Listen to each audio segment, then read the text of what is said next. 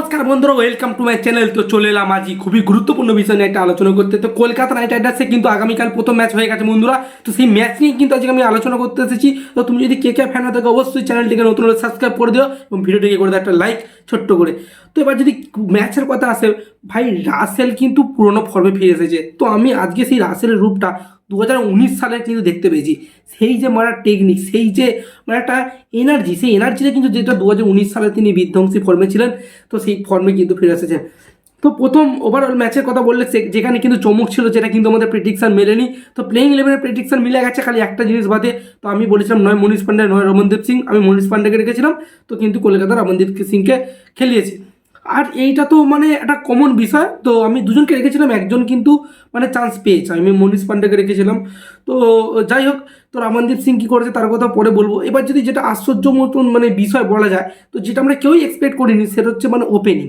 তো বন্ধুরা, ওপেনিংয়ে কিন্তু সুনীল নারিন ঘটার দেখা গেছে। তো আমি তো দেখে চমকে গেছি। তো আমার বন্ধু বান্ধবরাও তো অনেক ফোন করে বলছে যে এটা সত্যি কি সুনীল নারিনকে দেখতে পাচ্ছি তো ব্যাটটা যখন দেখা যাচ্ছে।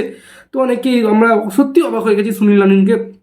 তো যদিও সুনীল নারিন রান আউট হয়ে যায়, কিন্তু সুনীল নারিনের একটা অ্যাটিটিউড খুবই খারাপ লাগলো যে তিনি সে চেষ্টা করলো না।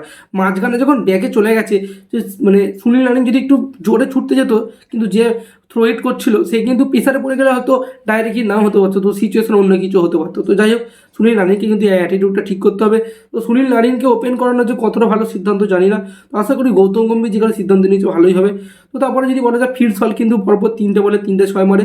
তো প্রথম দিক থেকে ভুবনেশ্বর কুমার একটু টাইট বোলিং করছিল, তো সেখানে কিছুটা চাপে ছিল। তো ফিল্ড সল 3টে 6 মারার পরে কিন্তু কলকাতা কিছু রিলিজ পায়। তারপরে কিন্তু হচ্ছে সুনীল নারিন রান আউট হয়ে যায়। তো রান আউট হয়ে যাওয়ার পরে বন্ধুরা কী হয়, তো কিছুটা চাপে পড়ে যায়। তারপরে মানে মানে দায়িত্ব জ্ঞানহীন হচ্ছে ভেঙ্কটেশ আয়ার, এবং ওটা ভেঙ্কটেশ আয়ারের দায়িত্ব জ্ঞানহীন। ওই শটটা কোনো খেলা উচিত না। ভেঙ্কটেশ আয়ার এবং নীতিশ রানা, তো এই দুজনের থেকে কিন্তু আমাদের প্রত্যাশা অনেক বেশি।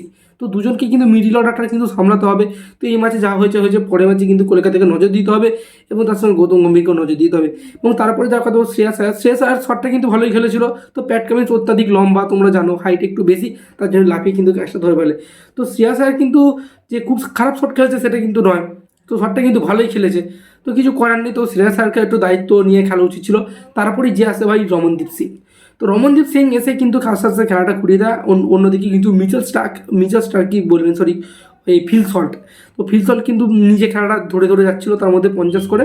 এবং রমনদীপ সিং এসে কিন্তু তিনি হচ্ছে 17 বলে 35 রানে একটা খুবই মানে দুর্দান্ত ইনিংস খেলেন। তো 35 রানটা কিন্তু ইম্প্যাক্ট ফেলে যায়। তারপরে তো রাসেল এসে তোমরা কী করেছে দেখেছো। তো 25 বলে 64, আর রিঙ্কু সিং হচ্ছে 40 বলে হ্যাঁ সরি ফিল্ড সল্ট 40 বলে 54, 25 বলে 64 করে দেয়। তো সেখানে কিন্তু সর্বশেষ যেখানে ভাবছিলাম কলকাতাতে 180 খুব বেশি হলে পৌঁছতে পারবে, সেখানে কিন্তু 208 টার্গেট জিতায়। এবং খেলতে নেমে কিন্তু হায়দ্রাবাদে কিন্তু দুর্দান্ত শুরু করেন। তো শেষ পর্যন্ত হেনরি ক্লাসেন কিন্তু খেলাটা নিয়ে যান।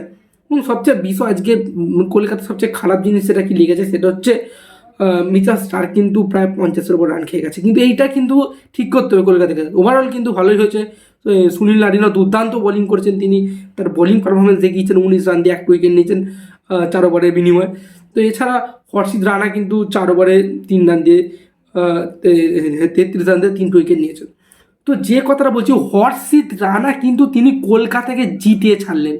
মানে প্রথম বলে যখন 6 মেরে গেছিলো, কাঁপিয়ে পর্যন্ত মানে লাফালাফি শুরু করে দিয়েছে, নাচানাচি শুরু করে দিয়েছে যে আমরা জিতে গেছি, ছেড়ে দাও, তো পিকচার হাবি তো বাকি হে। তো আমি কিন্তু ভরসা রেখেছিলাম হর্ষিত রানার ওপরে। তো তোমরা কি ভরসা রেখেছিলে তোমরা কিন্তু কমেন্টে জানাতে একদমই ভুলো না। আর একটা যেটা মানে গুরুত্বপূর্ণ বিষয়, সেটা হচ্ছে ভাই হর্ষিত রানা একজন ডেথ স্পেশালিস্ট কিন্তু কলকাতা বোলার পেয়ে গেল। এবং কিন্তু প্রথম উইকেটটা কলকাতার আজকে হর্ষিত রানা। তো ফিল্ডিংয়ে কিন্তু জঘন্য ফিল্ডিং হচ্ছে কলকাতার। বরুণ চক্রবর্তী একটা ক্যাচ মিস করেছে, ফিল্ড সল্ট অভিষেক শর্মার একটা ক্যাচ মিস করেছে। তো ফিল্ডিংটা কিন্তু ভালো করতে হবে। আর ফিল্ডিংটা কিন্তু হায়দ্রাবাদ ভালো করেছে বলেই কলকাতা কিন্তু এতটা প্রেসারে পড়েছে। যতগুলো আউট হয়েছে ততগুলো দুরন্ত ক্যাচ ডুবেছে। তো আজ এই ভিডিওটি এই পর্যন্তই। ভালো লাগলে অবশ্যই লাইক করে দিও, চ্যানেল নতুন সাবস্ক্রাইব করতে ভুলো না। তো আজ ভিডিওটি এই পর্যন্তই। বাই বাই, দেখা হচ্ছে অন্য কোনো পরবর্তী ভিডিওতে।